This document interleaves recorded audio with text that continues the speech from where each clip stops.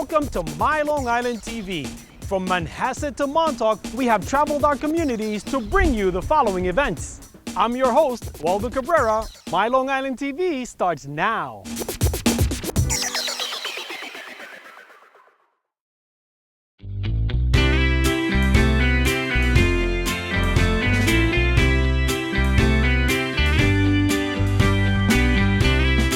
I saw the marquee in front of the building, and it said, antique toys and candy and old-time candy and stuff. I said, I got to go in there and see what kind of stuff is in there. When I did, I was blown away by the displays and just everything that is in here that harkened back to my childhood. I mean, this is a great place for baby boomers. It really is. It's something like this that's been off the market for so many years and is back again is a great thing. Yeah, it's one of the great finds of all time. 15 years ago, my wife woke up one morning and found that every service station had a convenience store, and she didn't want to be like everybody else. So what she did was she went ahead and converted it to a candy store because she always liked the candy store concept, but took it one step further to make it a nostalgic candy and toy store.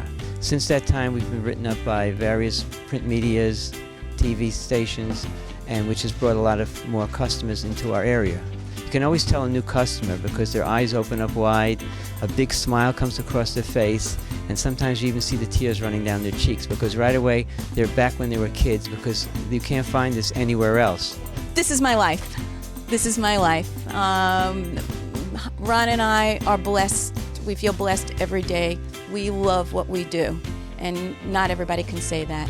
So he basically runs the repair shop that my parents started in 1946, and I'm in here, and somewhere along the line we cross over, but I don't work on cars. We've always loved all the old nostalgic things. So the first thing I brought in was the nickel bubble gum, put it on the counter.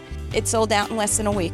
And then I brought Tootsie Rolls, and the same thing happened. And all of these rows here used to be filled with cartons upon cartons of cigarettes. And at the time, my father was very ill. He would sit and watch the neighborhood kids come in for their candy with an oxygen tank attached to him. And I said, that's it, no more cigarettes. Got rid of the cigarettes and slowly started converting it. And, my dad lived to see one row of candy jars. But I know he sees them now. Sometimes we get surprises in the mail from people that have cleaned out their warehouses or their attics and they just hear about us and just send us things just because they say, we know you will carry on the old ways, all the retro ways and the simpler times. So this is our gift to you. Pass it on. This is the repair shop. Yeah, I've been here since I was 16 years old.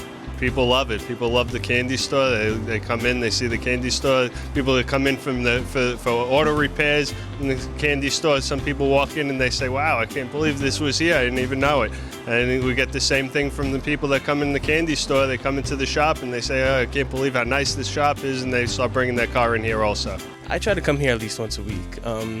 I'll be home, I'll just make something up. The carburetor is messed up. I gotta go down to Bob Howard's, and I try to come as much as I can. They just have so much amazing things here.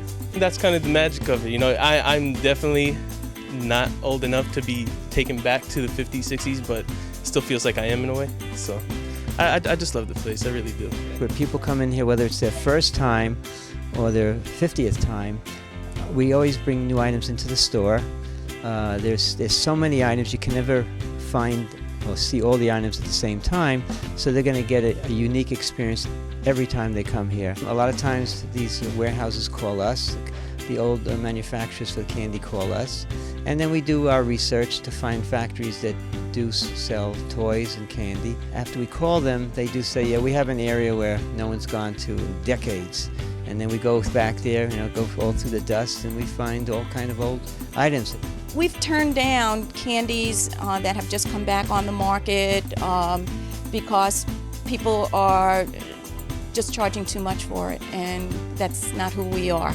We're selling memories here. We want people to be able to get a smile on their face, even if it's with a nickel piece of bubble gum.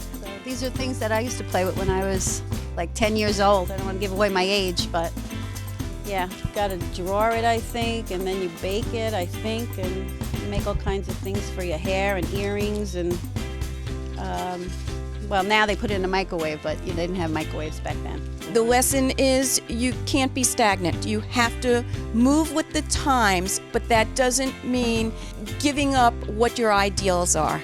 We could have easily taken in all this new candy, innovative stuff and whatever, but then you kind of lose a sense of who we really are. And we are just an old-time mom and pop place that's been here for 65 years, just giving down-home service. That's really what it's all about. We have a scholarship at the high school in my father's memory that we give out every year at the local high school, and it's in the business department, and not for the kid who's the smartest, but for the kid who tried their hardest, because that's all my parents ever asked of any of us. Just try your hardest.